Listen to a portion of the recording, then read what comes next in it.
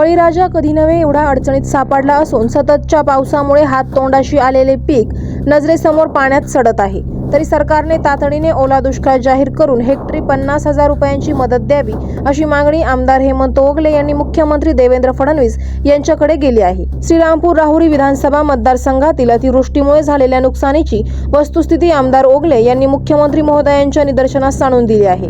दिलेल्या निवेदनात म्हटले आहे की गेल्या 15 दिवसांपासून मतदारसंघात मोठ्या प्रमाणावर अतिवृष्टी झाली असून त्यामुळे शेती व मालमत्तेचे मोठे नुकसान झाले आहे। अतिवृष्टीमध्ये कपाशी, सोयाबीन, मका, कांदा, भाजीपाला, फळबागा व जनावरांच्या घास पिकाचे देखील नुकसान झालेले आहे।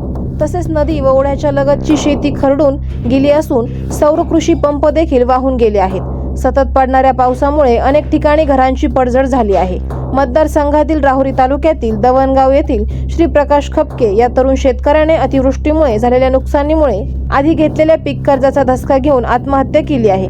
अशी भयानक परिस्थिती सध्या संपूर्ण मतदारसंघात आहे। सदर नुकसानीचे पंचनामे करण्याचे काम चालू असून सरसकट पंचनामे करून दिवाळीपूर्वी शेतकऱ्यांना मदत जाहीर करावी, जेणेकरून अडचणीत आलेल्या शेतकऱ्याला हातभार लागेल। शेती व पीक मालाची हानी मोठी आहे, तरी आपण तातडीने याबाबत प्रशासनाला सूचना द्याव्यात आणि लवकरात लवकर संपूर्ण कर्जबाकी जाहीर करावी अशी मागणी आमदार हेमंत ओगले यांनी मुख्यमंत्री देवेंद्र फडणवीस यांच्याकडे मुंबई येथे थेट भेट घेऊन केलेली आहे। ब्युरो रिपोर्ट, आवाज जनतेचा न्यूज। करायचा आहे लाईव्ह कार्यक्रम किंवा आहे कसले आंदोलन, जनसामान्यापर्यंत पोहोचेल आपला हक्काचा आवाज, आवाज जनतेचा।